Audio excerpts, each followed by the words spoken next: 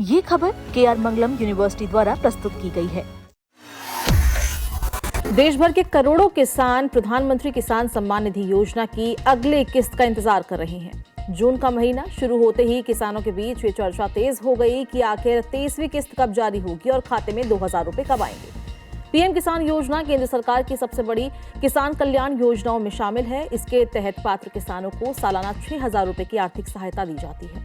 ये राशि 3 बराबर किश्तों में सीधे किसानों के बैंक खाते में ट्रांसफर की जाती है। अब किसानों को 23वीं किस्त का इंतजार है। हालांकि सरकार की ओर से अभी तक कोई आधिकारिक तारीख की घोषणा नहीं की गई, लेकिन पिछले वर्षों के रिकॉर्ड को देखें तो पहली किस्त जून, जुलाई या अगस्त की शुरुआत में जारी की जाती है। बीते वर्षों के आंकड़ों पर नजर डालें तो 2023 में किसानों के खाते में किस्त जुलाई के अंतिम सप्ताह में भेजी गई थी। 2024 में जून महीने के दौरान लाभार्थियों को राशि मिली थी।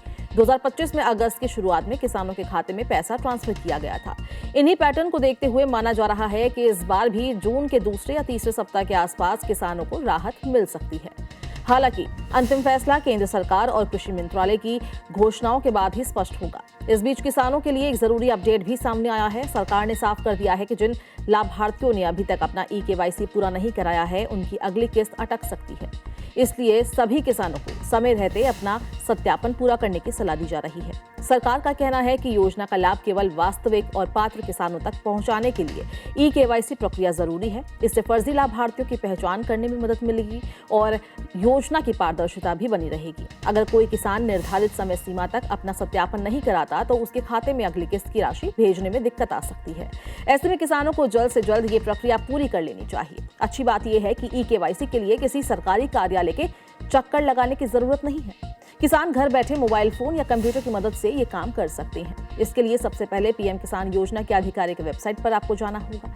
वहां मौजूद eKYC विकल्प पर क्लिक करना होगा। इसके बाद अपना आधार नंबर और अन्य आवश्यक जानकारी दर्ज करनी होगी। फिर आधार से जुड़े मोबाइल नंबर पर एक OTP आएगा, उसे दर्ज करके सत्यापन प्रक्रिया पूरी करें। कुछ ही मिनटों में आपका eKYC पूरा हो जाएगा।